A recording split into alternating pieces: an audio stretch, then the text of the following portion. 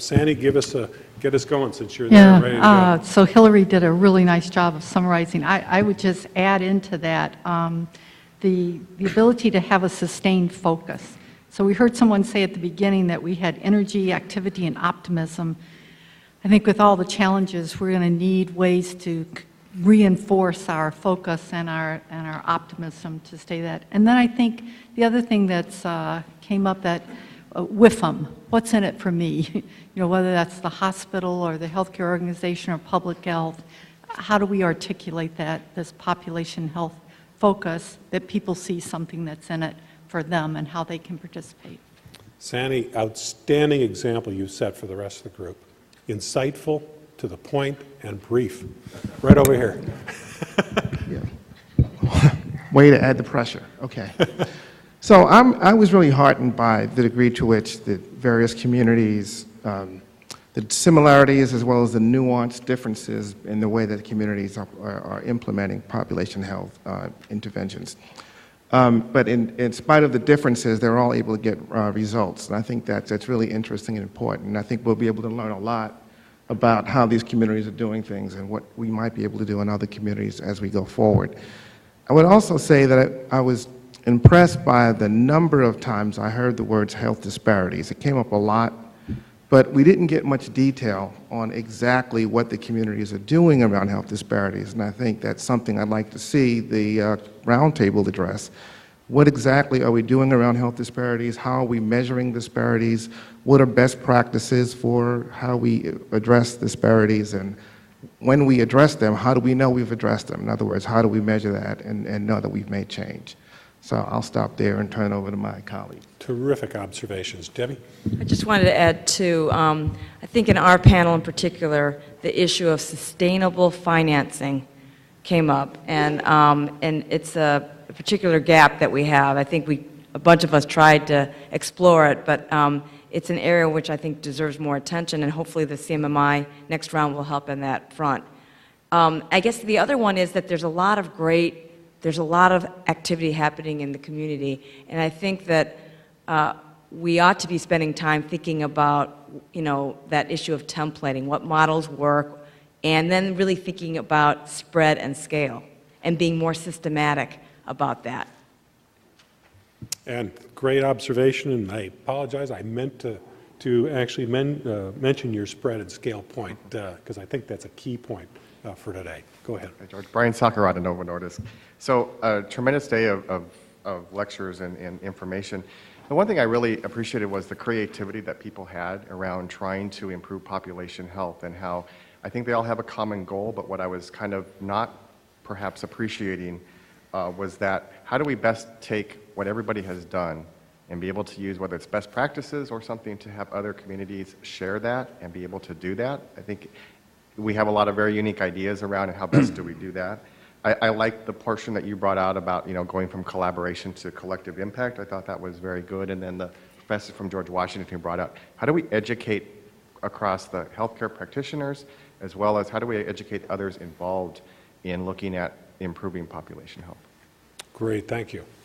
Again, I'm impressed with all the energy that was there, and both in the morning and the afternoon session. I'm interested in the challenge of learning, and I worry, there's so much going on in some of these communities, and maybe in hospitals and other healthcare providers, that it's going to be very hard to tease out whether this intervention is working or that. But I think we need to have some learning strategy here, and a couple of us were talking outside of the idea that somebody probably needs to get an activity index or a sort of a seriousness index of different counties or different communities to first begin to say where are the really active communities, where are the less active ones, and see if we're starting to see differences in outcomes over time with, between the less active and the more active. But I think we have to think about how we learn from this, because I'll get to my pessimistic comment, is that I was in the 90s involved in a lot of community coalitions, a lot of programs, some focused on substance use when that was a huge crisis in the mid-'80s, and then others on children's health issues. And this when I was at the Robert Johnson Foundation, and hardly any of those ended up having robust, large, systemic, impacts, and some of them had no impacts in terms of, and yet all those programs did really nice things, and I think you could point to good things that they accomplished, but they didn't move the needle on drug use on the one hand or on overall children's health on the other hand. So I think we have to be a little sober, make sure that these things are moving us in the right direction. So a couple of really good points there. One key one that I agree with is you only have a few slots here on these panels. You pick the leading people that got something to teach you. You learn from them, but your question is, how broad is this? And what's the survey kind of aspect of where this is going, as well as the other point that you made? Right over here. Judy Monroe.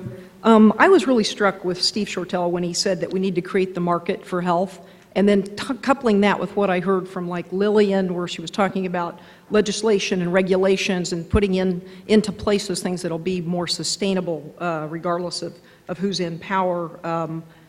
I think to get there, I heard that there was a lot of courage and you have to take risk. I love that they would sell the farm or put the farm at risk here.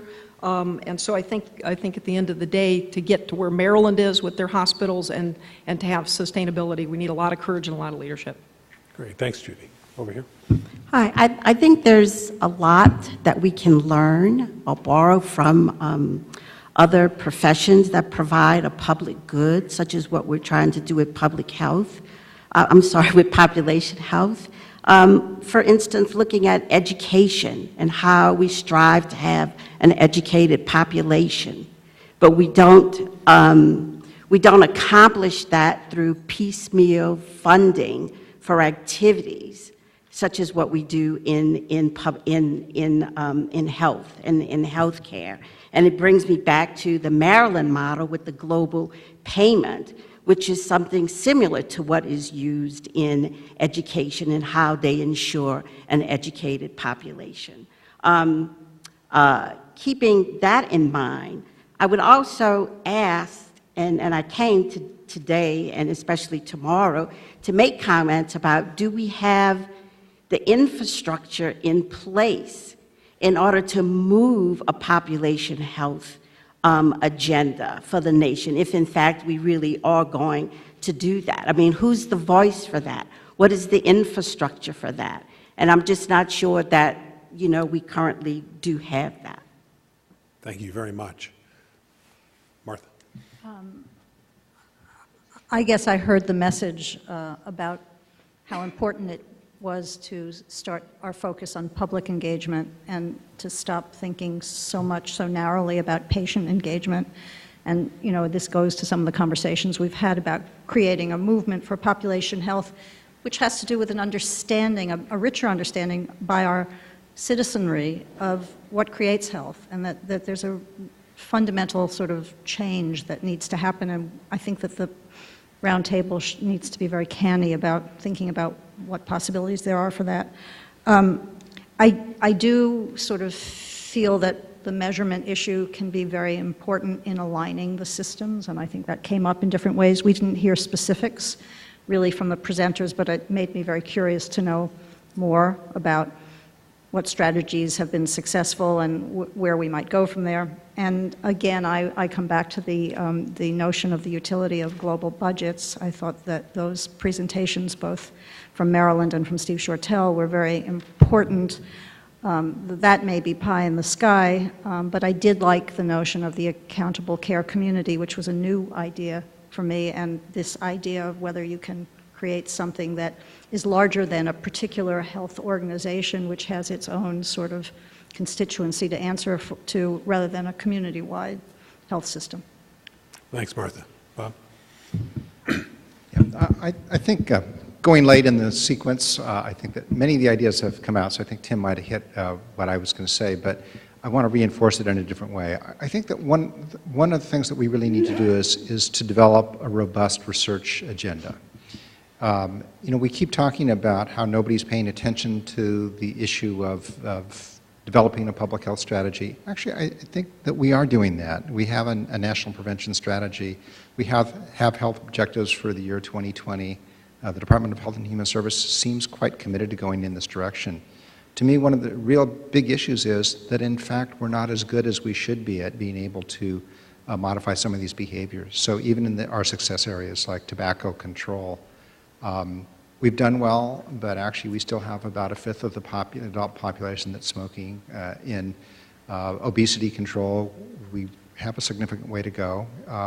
In injury prevention, although we're doing much better than we were a few decades ago, we're not doing well in relation to our economic competitors, as shown in Steve Wolf's study.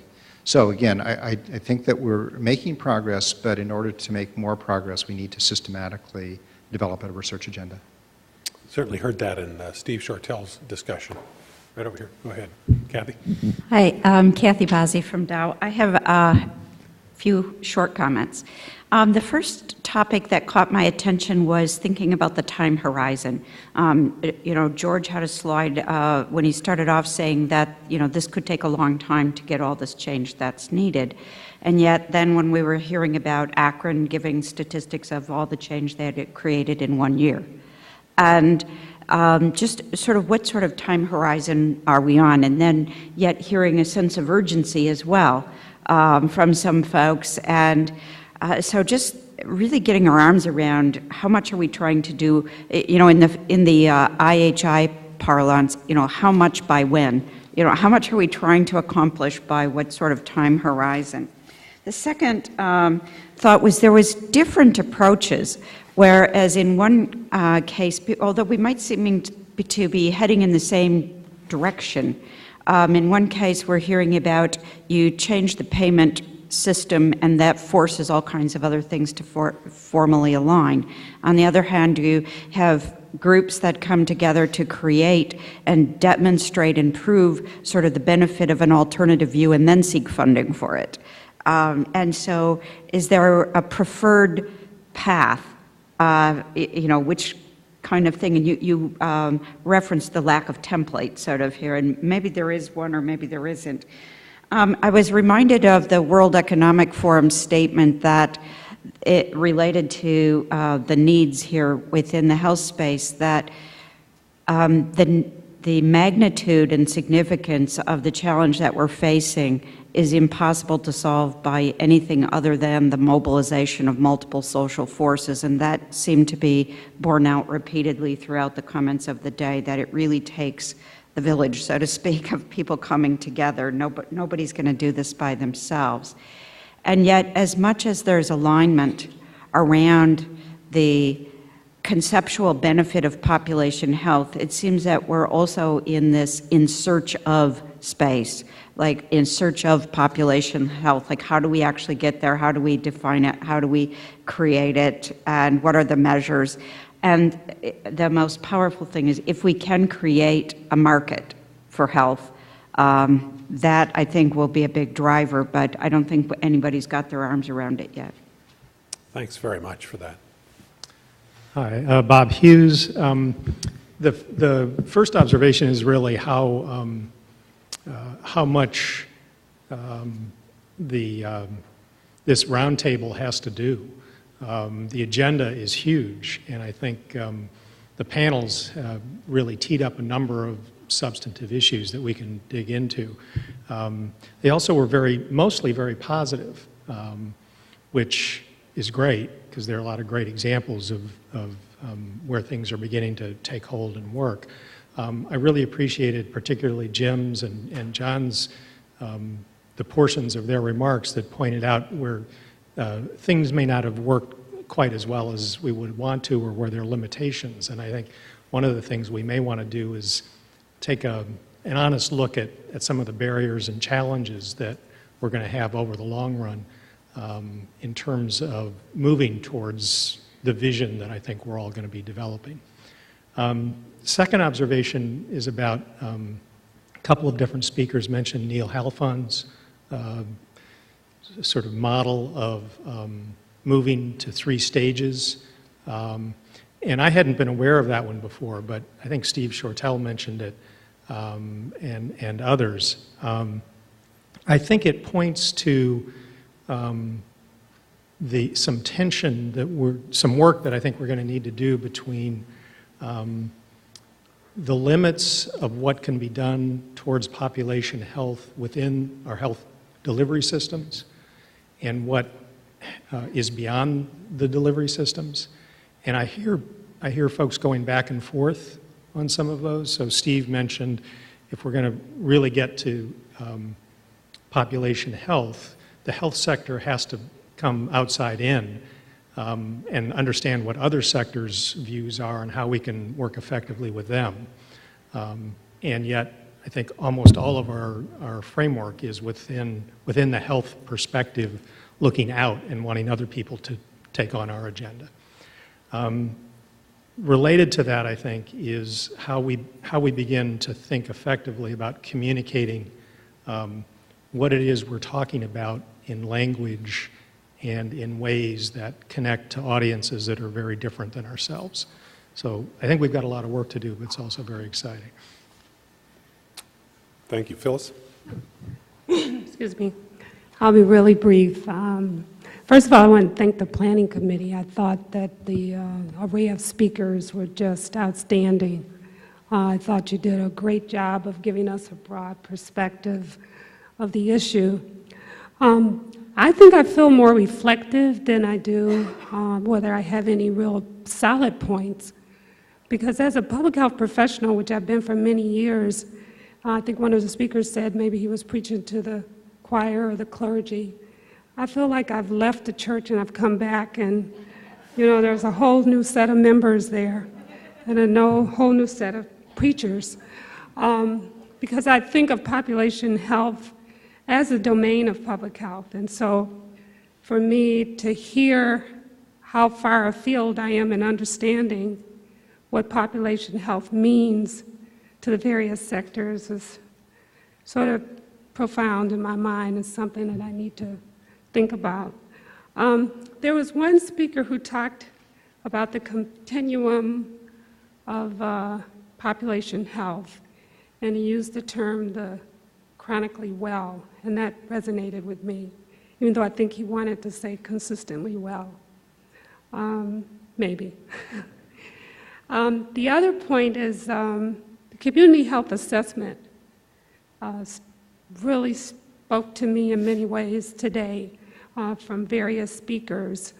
And it's not the measurement, I think it is the assessment and the potential for that to be a unifying force around population health and really fostering accountability in how that assessment is done. And then I will have to say that I felt a little bit that public health was passive in this conversation and would have liked to seen it stronger. But there were a couple of speakers, last panel, I think Dr. Wooten and a couple others, who really inspired me. Though we've been reflecting in the organization that I'm representing today, the Kresge Foundation, a lot about public health leadership, and I think someone said earlier that we sort of lack the capacity and perhaps are not taking the leadership. And I do think this is a space for public health, and I'm hoping that some more thought could be given to that leadership question, not just for public health, but I really want to emphasize public health and really taking leadership and moving the issues around population health. Thank you, Phyllis. Mary. I'm going to start where Phyllis left off, and that's with leadership, because I heard that mentioned a lot, and it took me back to Steve's comment and the work that we did back together in, the mid-90s with the Community Care Network demonstration. And I see us, all of the things that Debbie mentioned about the need for infrastructure, and you mentioned the template and the spread and the scale. I'm concerned that we're going to see what we experienced in the late 90s, that really good work, or early 2000. All the really good work kind of died when the funding died, and I think even though it's in ACA and we're all a buzz about it now, I know some of the great programs that were talked about today are just hanging on because their source of funding is ending. And it's really scary that they're lifted up as the best models, and we're here talking about them. They could be gone next year. So this issue of sustainable funding, the fact that CTG was mentioned as a core funding source for many of these examples, and yet we know there's a good chance in the next federal fiscal year it's going to be gone before it's even had its opportunity to run the full course. So it made me reflect on what went wrong the last time I was really deeply engaged in a process like this for 10 years, 7 years of the program and 3 years of evaluation. Although there are remnants of it, and it's the base for some things that built up, there's a lot that went away. How do we prevent that from happening? I think part of it is leadership. Part of it is really the learning strategy. I heard 2 people really be able to give evidence of ROI. Maybe there were more than 2. I wrote down 2. I think that's absolutely essential, and we have to start going. And I think that part of the training also has to go to the economists that we're training. There aren't a lot of economists who are really interested in population health, and we need some well-trained population health economists to help us. Metrics, again, very important. I loved John Auerbach's presentation, loved to hear him talk, but it was disturbing when he said that they couldn't identify the population health metrics. So what I say is we have to learn when is good enough to put out there. And I also reflected on the template idea that you'll probably remember, George, 14 years ago, there was the first nonprofit investor conference, and all the hospitals stood up and gave their story without a template, and there was, let's say, wide variation. Right. So to eliminate that variation, there was a template put together, and the quality of the presentations, the quality of the thinking behind the presentations went way up. Mm-hmm. And I just went to that a month ago, and one of the things I reflected on there was everybody was talking about population health. And out of 2 days of hospital presentations, they run every half hour, so it was jam-packed. There were only 3 that talked about population from the community-based. All of them were talking from the clinical care side. So while there's great stuff going on, we still have a gap that we have to address. And then finally, what I didn't hear, except in a very few cases, was kind of the end. I heard a lot about youth and children, which is really important for us to make investments. But the big cost in Medicaid and some of our health systems is on the other end of the spectrum. And what can we do to try to keep those folks healthier and look at population health at the end of life? Thank you, Mary. And my co-chair, Dave. And I didn't design this to be last, and a lot of things have been said, but so quickly, I mean, first on the metrics, I mean, I think we've learned, so we've said that we don't want to do stuff that other people are doing. You know, we don't want to, as a roundtable, we want to fill gaps. I think there's a gap right now about how do we define and measure this with different people looking at it. I think Sani's right. There's also a threat, you know, that could be captured, particularly by medical care thinking. And so it's not that we don't have to bring that in, but we need to really get on it. And just 2 other, I mean, and I found myself wondering, and even this conversation, even about metrics, even as broad as it is, a lot of it has a clinical perspective. That's because we were talking about ACA or whatever. But whether the people discussing metrics were at a community level rather than mainly what we were hearing here today would be different. I mean, there are some, actually, a member of our roundtable who's not here today who runs a United Way at Santa Cruz. I mean, they have a 20-year spectacular history of broad community metrics. But anyway, and then finally on metrics, George's question about can kids vote actually got my mind going about whether we should move our metrics earlier into the life stage, at least with more emphasis than just overall life expectancy that I think about. That's the first thing. The resources, we've heard a lot about that. I mean, I think that we have to find those I mean, I'm interested in your trust fund and the grants, but you know, these things are idiosyncratic and they'll come and go. I mean, the Medicaid, if there are opportunities within Medicaid to actually fund some non-traditional thing, that's cool. I was going to ask Julie before she left or before there wasn't time for the question. I really have come to believe that community benefit is one of the few places that we can really think of going in a sustainable way if we reform that. That's a legal obligation that right now spends almost none of its dollars in the kinds of things that we're thinking about. So, and then finally, there's a lot of been talk here and today about this idea about building a movement or catalyzing a movement, and that's pretty. Whether Jim Nickman, I mean, whether we should think that way, even whether that's too bold. I mean, you don't just sit around in a room like this and create a movement. I mean, movements grow out of cultures and whatever. But if we do, I want to go to Steve Schrotel's little matrix chart, and I think that had sort of the elements of how the factors come together if it's going to be sustainable, and if what things are missing, it isn't going to do that. So I want to find that tonight and look at that again. Thank you. Great, thank you. Are there any roundtable members who neglected to come to the microphone?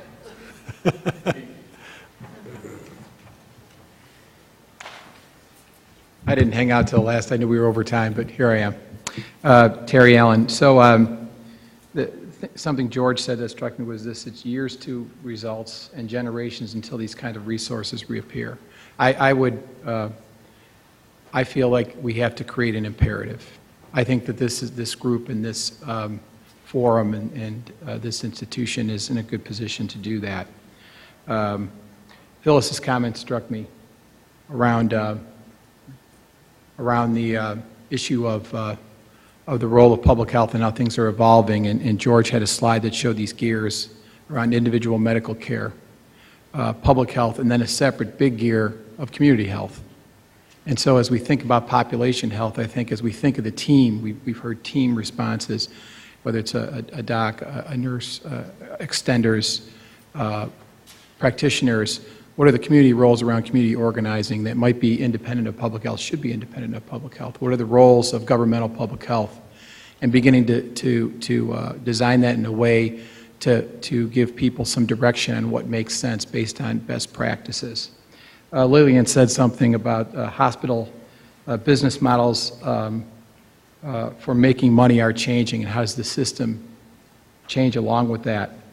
And this issue about when push comes to shove, people recede back to their camps around resources. I think that goes back to the imperative issue. How do we identify methods to explain that there really is no alternative but to begin to change, and to make that case, which would require a communications plan, which is what I think I heard Peggy say in so many words. So those would be my comments. Great, thank you. Anybody else who's neglected to come to the microphone? Okay, then, are you on the round table? I'm not on the round table. Okay, I want to move to the public. I really apologize to you, but we need to have also some public comment, opportunity for public comment. So can you open the phone lines for public comment? Is there a way to do that? I'm looking back there. There are no questions there. So there are, No questions from the public. Okay. Why don't you make your comment, please? Come to the microphone and make it. You'll be our last commenter. Oh, thank you. So the burden is on you. Okay. Well, this is a comment that actually sums several of these up. My name is Erin Mon. I'm with the National Association of School Nurses, and I say that also because I am a little focused on school children, and I noticed that schools were brought up a lot. I just wanted to bring up, as was also talked about, bringing in others from education as well as some of the non-traditional health areas. And this is a question, but with a comment, of course, being a school nurse, a former school nurse, and seeing those children and seeing the health disparities on a daily basis, being the eyes and ears, we often talk about with schools the lunch program or maybe clinics that reach a very small population, but a school nurse sees about 98%. So my question is with that, is ways that organizations like myself and other people can become more involved and learn more of how to participate on these discussions at the community level. And just also hearing ways that people have done it, because I know they have existed, and school nurses and others have been involved in hearing more about those innovative ways that maybe could be duplicated. Thank you. Okay, so your question actually plays into one of the things I wanted to talk about in conclusion, which is that we have a website, pophealthrt@nas.edu. pophealth, pophealthrt@nas.edu, and that's the website where you could make further comment. That's the address you could make further comment. And if you go to the National Academies, the Institute of Medicine website, and search for population health and come to the roundtable webpage, you can get additional information. So one of the ways you can connect and get information further is to make that connection in direct response to your question. And I would invite anybody that's on the WebEx to make that similar connection to the roundtable and the roundtable activities. Summaries will eventually be posted there. Slides of the presentations will be posted there, and other information about the activities of the roundtable will be posted there, as well as opportunities. We hope to create opportunities in the future for people to be involved and to be on lists where they can be further informed. So I really encourage everyone to do that. I look to the staff and see if I forgot any announcements before we adjourn. I don't think I have.